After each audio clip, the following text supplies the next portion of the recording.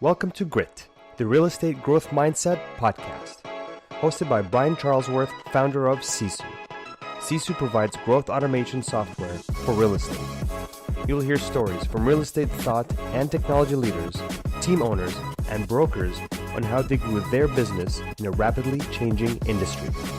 You'll learn how to transform your brokerage and teams into a high-performing and analytics-driven business so you have a new, durable, competitive advantage against disruption in your market. So let's get right into it. Hello, everyone, and welcome back to the Grit Podcast. I'm Brian Charlesworth. I'm the founder of Sisu and your host of the show. And in this show, obviously, we talk about grit and talk about real estate. And excited today to have Micheal St. Jean on with us. Micheal owns his own team/brokerage out of Canada. And we're going to hear how I don't know that much about Micheal's business up to this point. So we're going to dive into that today, but excited to have Micheal on the show. I know that Micheal's business has grown tremendously this year. It's been fun to see that. And also Micheal has awards for being top 100 agents, top 100 teams in Canada. In addition to that, he's been interviewed on hundreds of different media sites. So I want to dig into that today, Micheal, and find out what you're doing to make that happen, because I think that's great for the PR side of the business. And welcome to the show. Thank you. I really appreciate you having me. Happy to be here. Yeah, thank you. First of all, what part of Canada are you in? So we're in Ontario, the province of Ontario, and we're based out of a city called Hamilton. Hamilton, Ontario. It's about 60 minutes south of Toronto. So we're kind of nestled in between Toronto and Niagara Falls, New York. Okay. So about an hour to Toronto, about an hour to the US border. Right in the center of what we call the Golden Horseshoe in Canada, which is sort of the most populated part of the country, and where probably 90% of the economic activity occurs. Yeah, exciting. I've been through that area once. I flew into New York, ended up in Niagara Falls, then drove up to Toronto, had business in both places.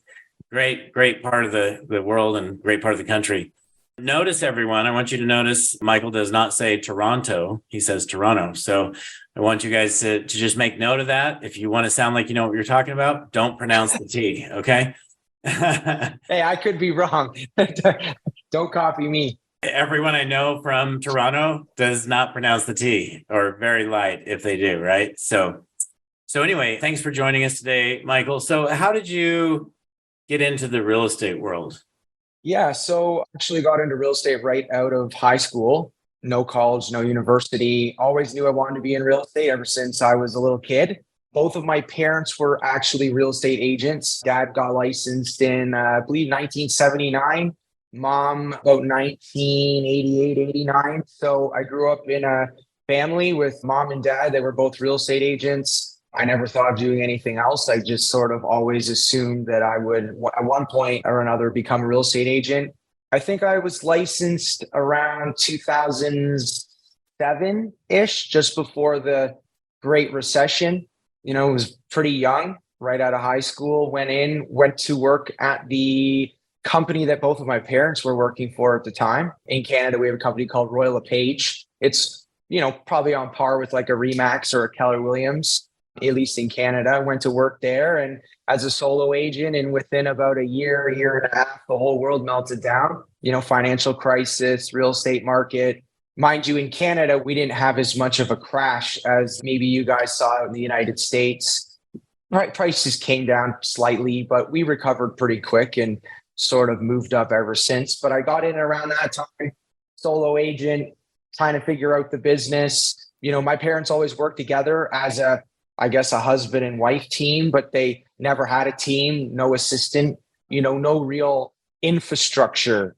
Really missing, a lot of the things that I kind of expected real estate agents, running their own businesses to have. They were always top producers, best in whatever office they worked in, made a great living, but it was sort of that constant doggy paddle, of trying to figure out where your next sale is going to come from, and really still engaging in a lot of the, maybe some of the older school tactics, I would say. So I kind of got into the business, went in there, saw sort of the reality of what real estate was, and, obviously very difficult. I think I thought I would have a really large advantage, being that I had two successful real estate agent parents. And I thought, all right, I'm going to tap into this business that they've created and kind of run with that. And at the same time, working for what I thought was one of the best real estate companies in Canada, I kind of expected, maybe naively, a lot more support than I really got.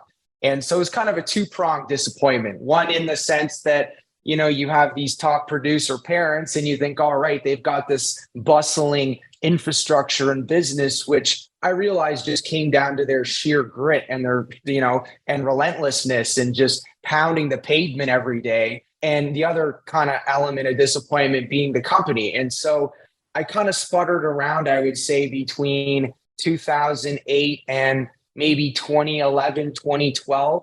And I came to the realization that just something wasn't working, not only for me, but even for most of the other people in my office. I'm looking around and, you're watching how people are going about the business. And, they really weren't running a business. They were just kind of running around like chickens with their heads cut off, flying off the seat of their pants. And I realized, okay, there's something wrong here, and if I want to make it in this business, we're going to have to go about this a different way.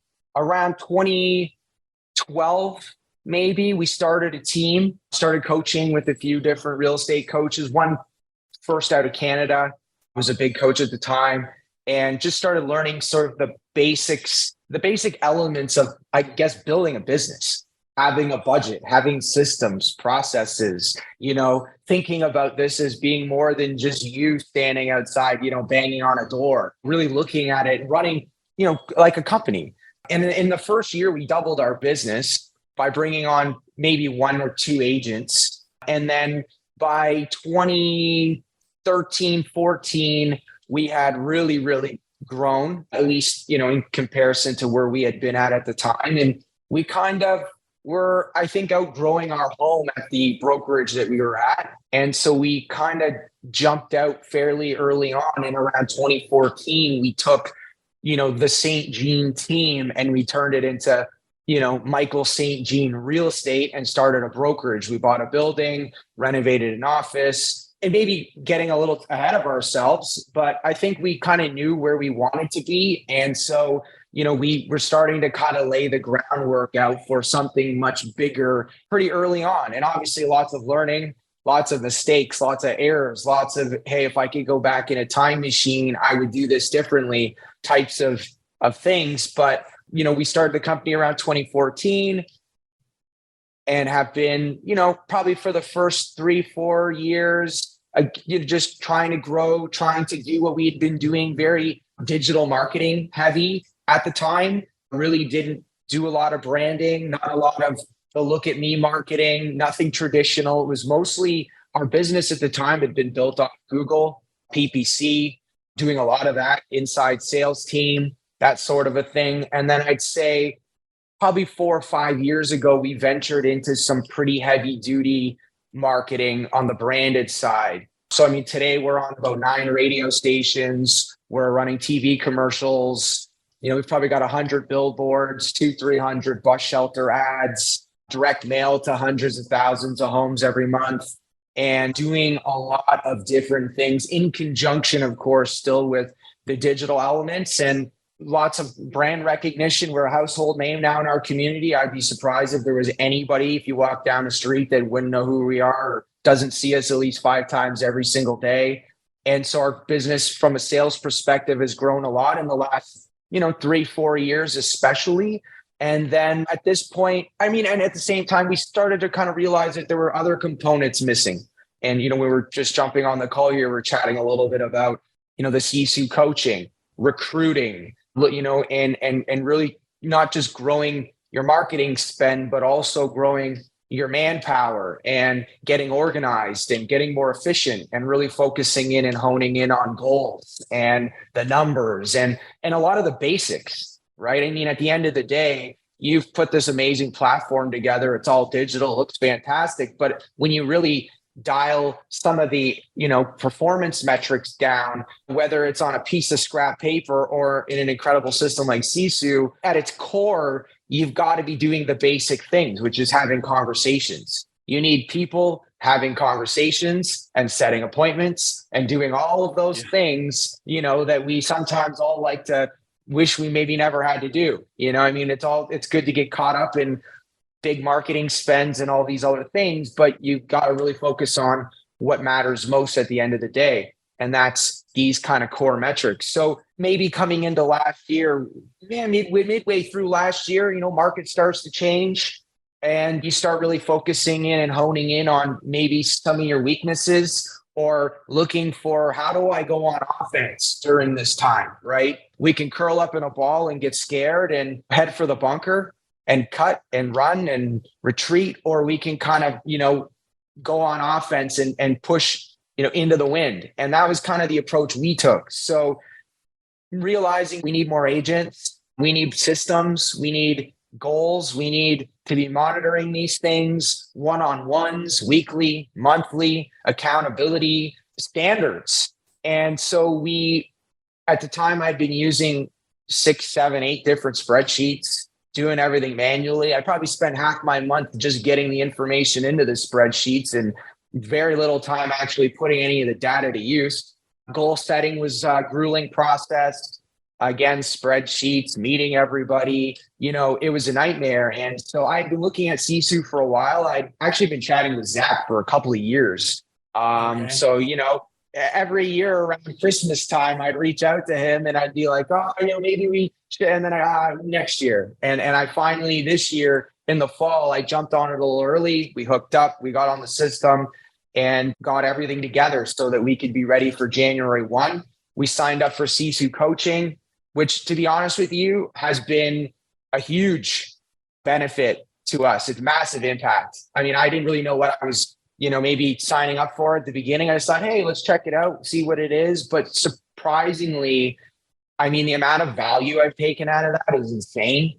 We've implemented probably almost everything that, Spring's team and Justin's team is doing for the most part, brought in standards and weekly accountability meetings and huddles and you name it. It's just shocking to see the results. The recruiting element as well. We had about 18 agents as of Christmas time. We've doubled our agent count already so far this year. We just doubled it in the last week or so. Wait a minute. So you've gone from 18 to 36 agents on your team that is also a brokerage. How did you do it?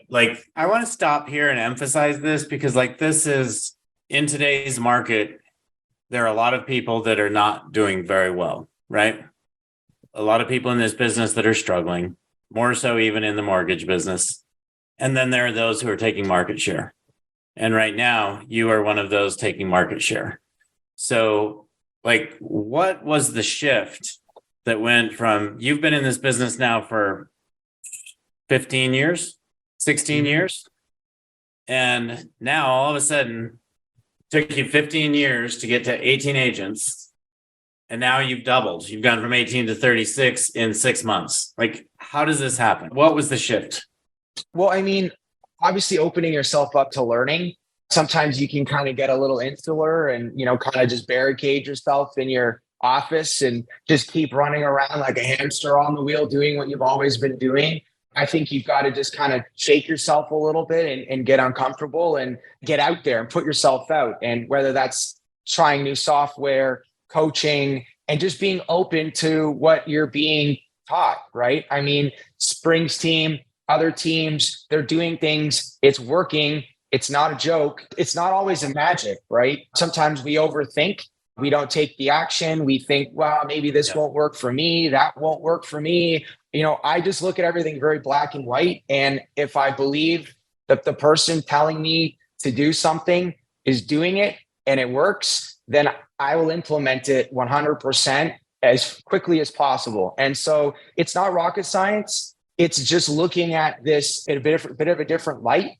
I listen to the weekly calls, a lot of questions. All questions are great questions, but you hear a lot of people, well, I don't know if I can handle bringing 3 more people on, or I don't know if they're going to be any good, or I'm nervous, or what if I don't have this? Or, at the end of the day, like you mentioned, I've been in real estate for 15 plus years, but I would say I really haven't been in real estate for more than 5 to 7, because what I was doing at that time versus what I'm doing and what I know today, I mean, I feel like my business is 5, 6, 7 years old, but it's just doing, and it's going to be messy. You got to just push forward. You take the action and then you pick up the pieces as you're going. But if you're not moving forward, you're not getting anywhere. And, you know, it all sounds great. It all looks rosy. Hey, 18 to 36, et cetera. But there's always learning in between. Yeah. There's problems, there's kinks, there's, you know, and it sounds like a lot, but, and it is, but I mean, you know, we're not just hiring anybody that shows up. I mean, I could have hired 75 people since December if I lowered my standards, right? But it, you know, so this is a doubling of the team while actually having higher standards now than we did before, and really holding people accountable and telling them, hey, this is what we offer and what you're signing up for and why it's important. And if you want to be a real estate agent and be successful, these are the things you're going to have to do. And, you know, when I watched Spring and Justin and the way their team operates and the culture and all that, to be honest with you, it was a little freaky because, you know, the way I've ran our team and the way I've seen other teams run, and, you know, it very, very different. So when I watched that, it was really a huge wake up call for me, kind of frightened me a little. And to be honest, some of the things are a little scary. What frightened you?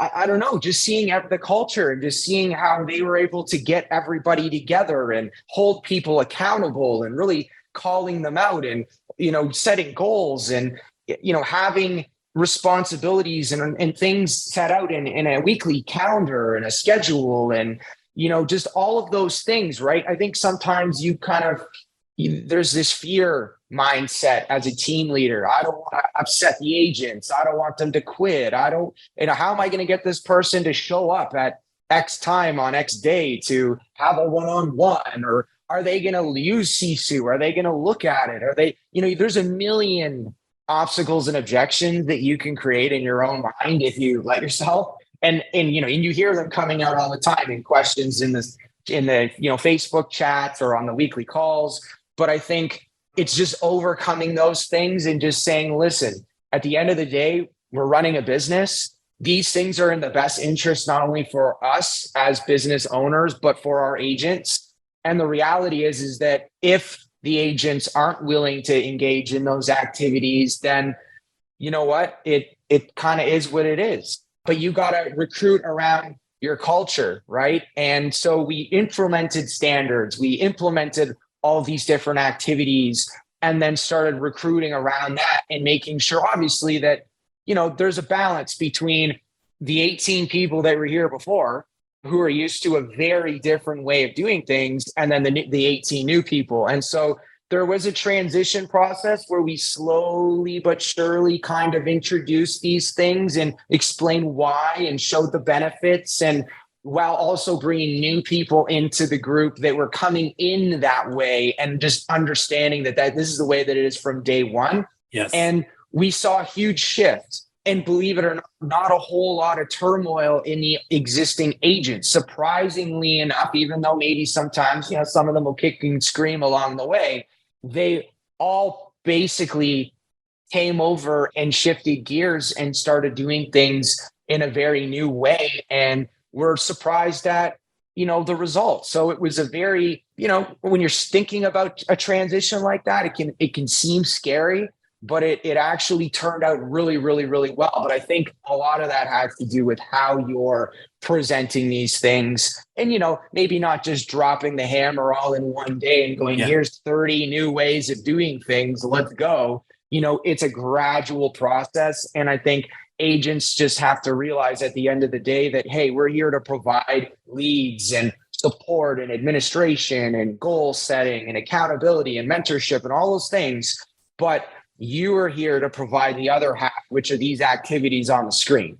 And if you're not picking up a phone and having conversations and putting in the work and doing the things that, you know, lots of real estate agents, as we're all aware, do not want to be doing, then you're not going to be successful. It doesn't matter what team you're on, and it doesn't matter how many leads I give you or what support you have. You've got to do the work. And part of the biggest wake-up call for me was seeing, you know, Justin and Spring really holding people accountable and saying, hey, we're partners here.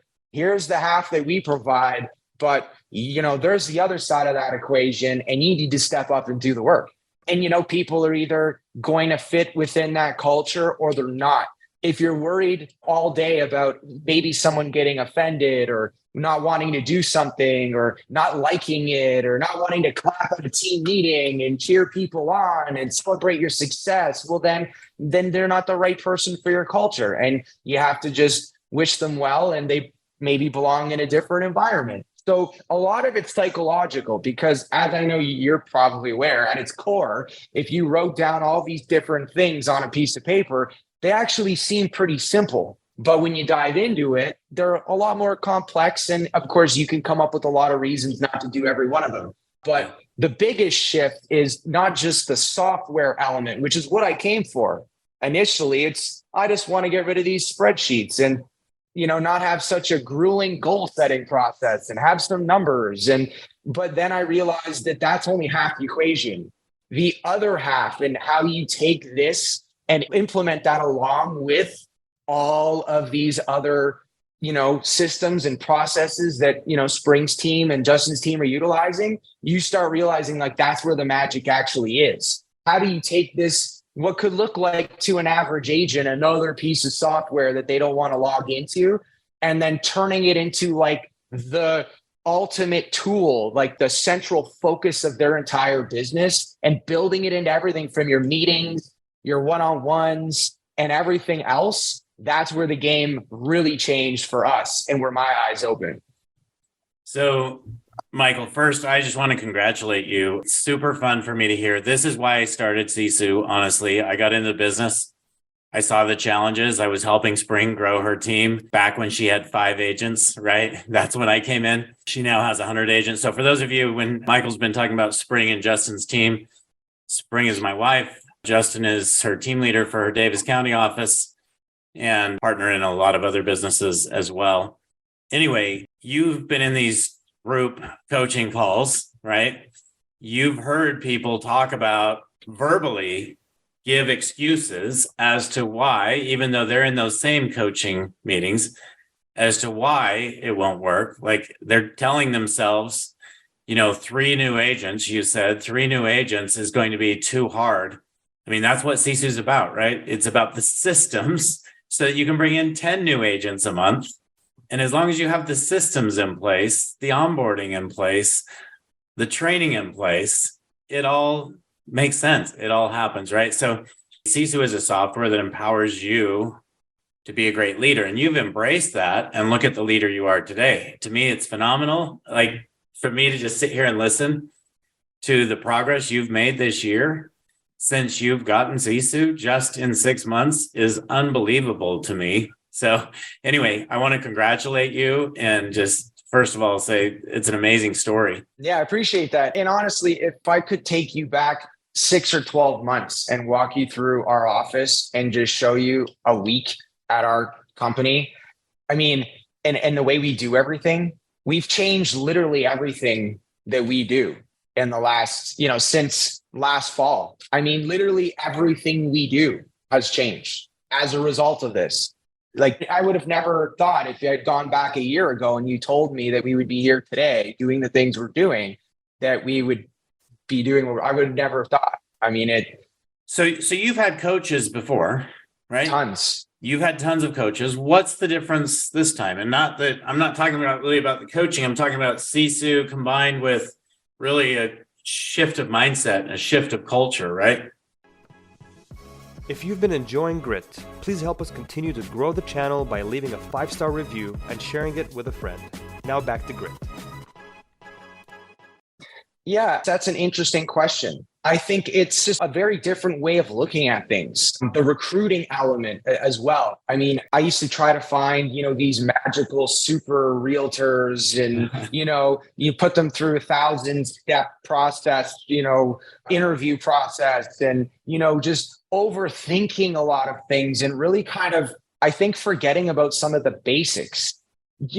Putting the onus back on not just ourselves, but on the agent and holding people accountable. It's the software component. It's being able to see it, right? Your whole business there, each step.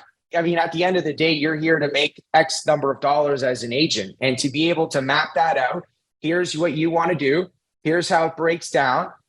And here's what I'm going to provide to ensure you have the resources there to accomplish the goal. But here's the actions that you're going to need to take for any of that to come to fruition. And just being able to sit down and look at it and really, have a hub for your entire business and the metrics. There's the gamification aspect, the leaderboards, the challenges, like those things play such an important role. I mean, we've built the leaderboards into all of our weekly meetings. We're clapping, we're congratulating, top for dials, top for appointments set and met and signed and under contract, and just every facet of what we do. We're tying the software into the everyday practical, items and activities that need to be done. But a lot of it is just kind of letting go of your own thinking, getting stuck in your ways. I mean, we were, Spring's team for years with the 5 to 7 agents and felt like you're just not getting anywhere. You're not going forward. You're almost wondering whether you even want to still do this. I mean, it's more work and cost than it is reward. And,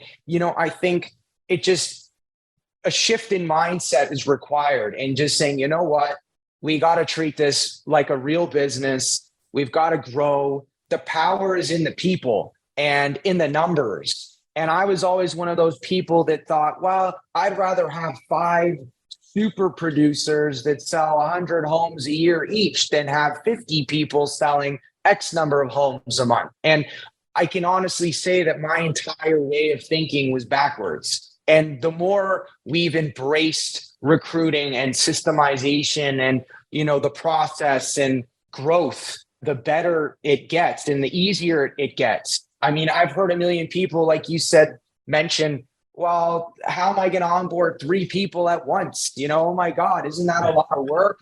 And I've heard Justin even say before, it actually gets easier after a certain point when, as you get bigger. And I can honestly say that is true. The bigger you get, the more resources, the more systematic of an approach you're taking, it gets easier. When you're running a team of 3 or 5 or 7 people, I would argue that's a lot more difficult. So just embracing recruiting and treating recruiting like a business. In the past, that's not how we looked at it. I mean, somebody would reach out once in a while. Maybe I'd meet them and have an interview, put them through the 100-step grilling process. And of course, nobody was ever worthy. And then, the odd time. Nobody was you. You wanted to hire 5 other yous, right? 100%. And I think that was a huge wake-up call and just realizing, wow, we've got all of the tools. We've got all the fundamental systems and the basics. The foundation is here. The leads are there. But what's missing is the people. And I thought we had enough people until I realized we didn't. And so it's been embracing the growth and really treating recruiting like a business. And so now that is a full-time, job. That's something that goes on every day, day after day, week after week. It doesn't matter how many agents we've onboarded.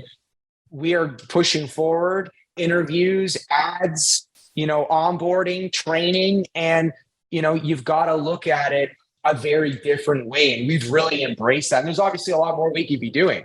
I'm not saying that everything's all perfect and there isn't more we could do, but, we're really taking that and running with it. And that, I owe that to you guys. Well, that's amazing. One of the things I want to share. Well, first off, where's your goal? Where are you going to be by the end of this year? I wanted to be 36 agents by Christmas.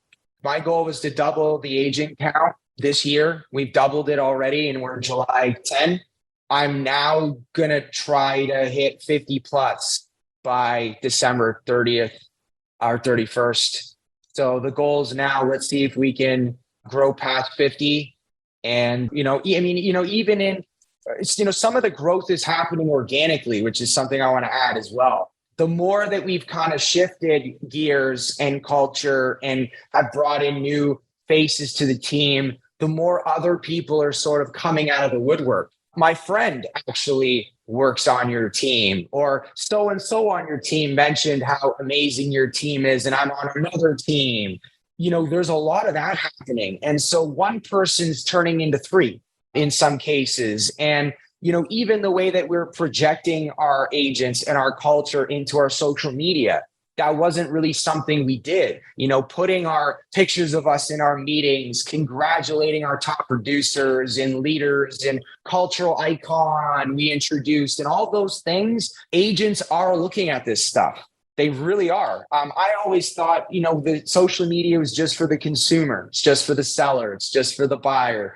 But, the real estate agents are probably the most active audience on our social media platforms. And so they're seeing this stuff. They're seeing new people joining. They're seeing all these, agents being celebrated and this culture, and they're getting attracted to that and going, whoa, I see something different going on over here. Like you said, we're in a market that's in decline. Prices fell 20-25% here. Sales cut in half.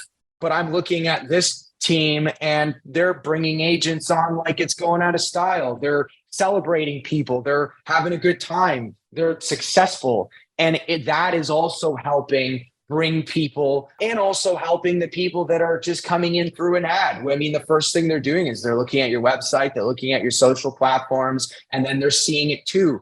And so it's an amazing advertising tool, recruiting video we put together, and so we're utilizing and kind of building out additional tools so we can ramp this up, because I would like to go from 36 to 50 or 60 by next year and try to hit 100 maybe by the end of next year. And to be honest, that might sound crazy, and I would have probably laughed if someone told me that a year ago, but I actually think we're going to do it. You've said so many nuggets that, geez, if everyone could just take this and duplicate it, it'd be amazing. But one of the things I want to point out, what you've done is you've entirely shifted your culture in your business this year. And you shifted it so much that now you have these new agents coming in, or that are attracted to it just because they're attracted to that culture. The culture of accountability, which at one point you thought, if I hold people accountable, they're going to want to leave. When really, if you're doing positive accountability, to me, positive accountability means I understand what each person's goals are, and I'm here to help them meet their goals. That's positive accountability, right? Negative accountability is I'm going to hold you accountable to this because that helps me meet my goals. So it's a completely different way of looking at things. But what has allowed you, in my opinion, to make this shift where your entire culture has shifted in 6 months is that in that 6 months, you've recruited 18 agents. And growing from the bottom up is the easiest way to change the culture, because it's really hard to get your existing agents to change unless they see these new agents coming in and having equal or more success just by doing what you're asking them to do. And so I really want to point that out, because it's a massive, massive part of this massive shift and scale that you've accomplished this year. Anything you want to add to that? Like how important? No, it's very true. And, and that's not to say that, there aren't a few of the older agents that are, they've shifted gears, but, maybe they're 50 or 70% of the way versus a new agent that's 100, right? There is a balance there, and some are going to buy in a little more than others. We maybe had 2 or 3 agents that checked out when they saw that the writing was on the wall, that they might have to actually start to work and take some of their own life in their own hands. And to be honest, we're better for it. Yes, you are. It was the great. And I'm glad you recognize that. It was great. I'm so thankful that they're no longer here. And you have to stick to your guns. You've got to believe in what you're doing. And part of the shift is also, like you said, not handing your agents a quota, right? I'm not here to tell you how many homes or how much money you need to make. You're here, obviously there's at least a minimum standard. I mean, if you want to sell 2 homes a year, then we're probably not the right team for you. But I think realizing that everybody's different was really important. We have agents that'll sell 40, 50, 60 homes. We have agents that'll sell 12, 15, 18, and everybody in between. Yeah. But I think it's being accepting of that. We came from what I thought was a high performance culture where, you expected everybody to be selling 30 or 40 or 50 homes a year. And that's just not realistic. It's not reasonable. And so like you said, it's realizing that there's obviously a minimum standard, but that there's a whole lot in between, and just really embracing everybody, all different levels of goals and experience, and looking at it as, hey, you're telling me what you want to accomplish this year, and I'm here to help you achieve it. And just tying everything back into that, right? So that it's not me coming down on them, it's me being a partner and saying, hey, this is why I'm here. This is why you're on the team, and really approaching it like a partnership, I think is massive. But that's a big part of the recruiting element. When your standards are maybe unrealistic or too high, you're really missing out on a lot of great people and a lot of great opportunity. And if I had the mindset that I have today, before, we'd already have 100 agents. From all the people that maybe I turned away or didn't think were going to be rock stars, or, I overthought this or overthought that, or, well, I wasn't ready to do training at that time because, we were busy and we weren't putting a training group together, just systemizing that so that we're always putting ourselves out, always having interviews, always recruiting, training, and just realizing as well that not everyone's going to always be around forever. We have a great culture, and most of our agents have been here for a long time. Now, there's obviously a lot of new agents, and I hope they'll be here for a long time as well. But realizing that that's okay and that's normal. And you have to be, just like we have been here with everything in the sense of the market shifting, going on offense, you need to be on offense for recruiting all the time. Let's talk about that. What does that mean? Do you, and I want to emphasize this because I know you do, but most people don't. Do you have goals for recruiting? 100%. What are they? Well, my goal was to double our agent count for 2023. So what does that mean monthly? What do you need to do monthly? You've already hit your goal for 2023, so you need to set a new goal. But yeah, the new goal will be to try to hit 50. Is what I'm actively working on right now. I wouldn't say to try to hit 50. Well, I will. I'm going to hit 50. You will hit 50. I guarantee it. Right? Oh, yeah. You'll hit 50. So what does that mean? Like, how many conversations? You're actually measuring your conversations daily on that, right? Or weekly? So right now, so I don't sell. I'm not in the field. I facilitate everything. We have a sales manager, a couple managers, sales managers, and a great admin and support team. So I kind of jump in and bring in new initiatives and new things. And like, I implemented all of the new systems and processes in Sisu and launched it out to the team and all of that. And now that that's all up and running, I kind of took the recruiting element in myself personally to kind of start to get it going. It's at the point now where I literally could hire somebody, and I'm going to have to just full time for recruiting. To give you an idea, 3 or 4 interviews this afternoon. I've got 6 or 7 tomorrow. My entire Thursday from 11 until 5 is already booked, every hour on the hour. And I still have probably 10 emails in my careers inbox that I have to respond to today. So I've taken that in myself. I'm trying to set it up. I'm trying to systemize it. I'm trying to figure out the best way of doing it. And then what I'm going to do is I'm going to hand that over to someone to do that literally full time. And again, there's a lot more I could be doing. A lot of it is coming in through places like Indeed.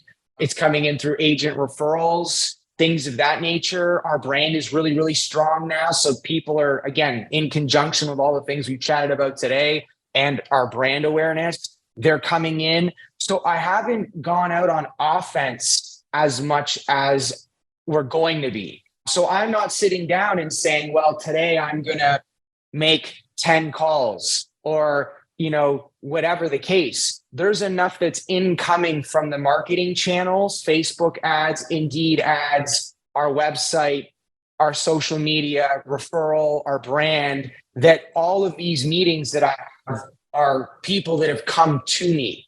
So when I get where you're going with the question, which is, what are your goals? Right now, I don't have a daily conversation goal like I should, or how many appointments do I want to book, because I'm just trying to manage all the stuff that's coming in right now. And that already is a lot. The reality is you've put enough focus on it. Most team leaders in this business or team owners cannot comprehend meeting with 6 people in an afternoon. You've already got 3, your next 3 days are fully booked in the afternoons with interviews.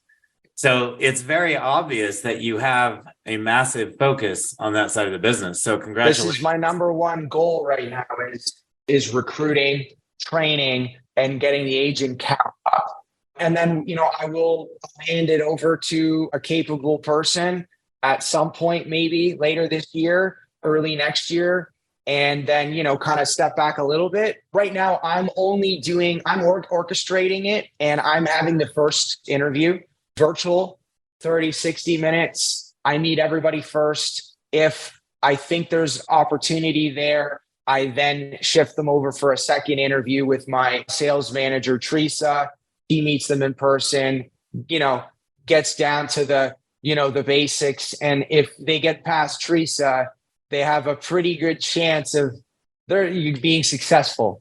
And then they'll then get into the training process. And we've started training in groups. We're doing it more regularly now. It's going to probably get to a point where we're having to do it like monthly. And, we're putting 4, 5, 6 people into a group and then training. And then Teresa does the training. We've built all of our training as well out into modules via Thinkific. So we've recorded everything now so that it's not us sitting there repeating things over and over and over again.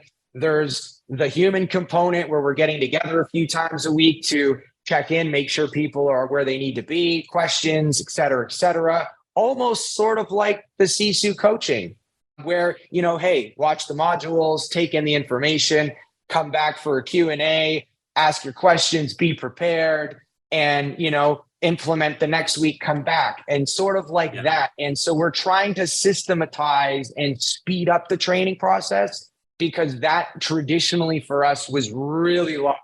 So we're trying to make sure that we're training these people to the best, to be the best they can be at that point, while also taking time into account and realizing that if we want to get to 50, 100 or more agents and really, really like set this thing on fire, you're not going to always be able to do things the way that you could when you were 18 agents. And so there are growing pains there. And I mean, to be honest with you, Teresa just sent me a message last week. We just brought on another 5 or 6 agents that make the 36 that are starting training. I think they started this week. And she literally sent me a message and said, no more agents until the fall. I can't train any more people. And, I sat with her the other day and I said, I hate to break it to you, but, I know that it gets a little shaky at some points and, things kind of get a little out of control, or you wish you were a bit more organized, but we can't stop the momentum. And I've got more people. This is our future business. This is what makes it, right? And that's how we get to a point of being in a place where we're better equipped, where we have a recruiter, maybe someone that trains full time, and some of those other elements, right? So there's going to be some growing pains and a little bit of the messy in the middle before things get better in the in the end. So you got to kind of push through that and realize there's going to be some balls that get dropped or things that aren't perfect, but you got to keep moving forward, and because that's the only way to get to a better place. Otherwise, it's not about being perfect. It's about making progress, right? Exactly. So we only have a couple minutes, Michael. So I did want to hit on one other thing. And geez, if you guys listening just will focus on recruiting like Michael's done here and put the systems in place, which you can do within Sisu, it'll make a massive, massive difference, completely change your entire business, as you've heard has happened with Michael. But he's done more than recruit. He's actually put in the accountability culture, implemented all the gamification, and he knows his business inside and out, as you guys can all tell. So I'm excited about that. One thing you mentioned, though, is you don't sell houses. I want to know, because I think this is the biggest thing. And most agents that have those 3 to 5 person teams, they all sell houses, right? Even 10 to 15 person teams, they all sell houses. And the reason why is because they have to in order to be profitable, in order to make money. But when you start to really scale your business, you can step out of your business. And Teresa is now your sales manager, your sales director, team leader, whatever you want to call her. I'm guessing you have an ops leader as well. Is that right? Yeah, I have Robin and Teresa. And between the both of them, they manage all of the day-to-day management of the agents, any of the training, the questions, the problems, the one-on-ones, all of the everyday stuff is ran through Robin and Teresa, which gives me the freedom to be able to implement Sisu, bring in new standards, retool things that we've been doing, or maybe set up new areas of the business like this recruiting portion that we really never treated like a business. And so I know I'm going through the motions and someone might be looking at me going, well, why would he be sitting there and doing that? Well, because it's really important. And, I like to build something and then you systematize it and then shift it over to a capable person so I can get on to figuring out what's the next part of the business to work on. And I want to know how to do it. I want to know how to do it. I want to understand it. I want to, I don't want to be one of those team leaders that is so far removed sometimes that, they couldn't even do it if they tried. But yeah, it's the selling element. The last thing, I stopped selling homes in 2013. I literally woke up one day after taking about a week or two off from selling to focus on a particular project for my business. And I had a team at the time, maybe 4 or 5 agents. I'm running around like a chicken with my head cut off, being the super agent, 4 or 5 agents on the team, trying to play all the different positions. And I took a couple of weeks off to work on something for our team and our business. And the impact that it had when it was implemented was absolutely unreal. It shocked me to the point where I realized that I had to make a decision. And the week after I implemented this thing that I had been working on, I woke up and I decided I was never going to sell a house again myself. And not because I don't love it, not because I don't think I could do it better than anybody in my marketplace, but because you have to decide. You either want to be a real estate agent or you want to run a real estate business. And if you're 1 foot in, 1 foot out, you are never going to be able to accomplish or achieve the results that maybe you're thinking you're hearing today or in any of the other amazing people that you interview on the podcast. You really have to focus on one or the other. And at the end of the day, put your trust, you put some fire under yourself. Because, at the end of the day, if I don't wake up and do the right things and provide the support and recruit and ensure there's leads and all the things as a business owner, then I'm going to be looking for a new job along with my agents. So, you have to build a real business. And as a business owner and business leader, that means being the leader and doing the leader role and the leader activities and being able to step away from being in the business on a daily basis. Because if you continue to have that dependency on yourself and your own sales and taking the leads for yourself and trying to make your own income, and then when you've got a minute left over trying to recruit someone or help someone or implement a system, it's never going to work. So I would say the best thing I ever did from a business perspective was turn into a real business owner and stop selling homes. And I know it's very difficult. And some of my competitors that have more agents than me are still out on the street selling homes every day and wondering why their businesses aren't moving forward the way they should. Yeah, without a doubt, the single most important thing you guys can do if you want to really grow and scale a business is figure out how to get out of production. The only way to get out of production is to have the systems in place. And that's why Sisu exists. That's why I saw this as I came into this industry, saw that as being a problem. So make sure that you hire your sales director, hire your ops leader. I know those are going to be the hardest things you can do because all of a sudden you're committing to a monthly outflow. But if you'll commit to that and go all in on the recruiting side, it'll let you immediately move out of production and then becoming a business owner. And as a business owner, Michael's talked about some of the things he's focused on right now, which are having a massive impact. The next thing it is, okay, now I'm going to move into creating a mortgage company, creating a title company, creating whatever it is you want to create. There's so many opportunities to create new businesses in this industry. So anyway, on that note, Michael, thank you so much for joining today. It was great having you on the show. Congratulations on all of your success. And for anyone listening to the show today, whether you have a small team or a large team, make sure you implement some of the things you heard today because it will have a massive impact on not only your culture, but on your production and your business. So on that note, Michael, thanks again for joining us today. Everyone, thanks for joining us on the show. We'll see you again next week. Thank you for joining us on our podcast. If you have an interest in a free 7-day trial of Sisu, go to sisu.co, sisu.co. Make sure that you use the coupon code GRIT, that's GRIT, to waive all your setup fees and receive a 10% discount on your subscription. If you enjoyed listening to this podcast and want to subscribe, search GRIT, the Real Estate Growth Mindset, on iTunes, Spotify, or Podbean. And with that, we'll catch you next time. Take care.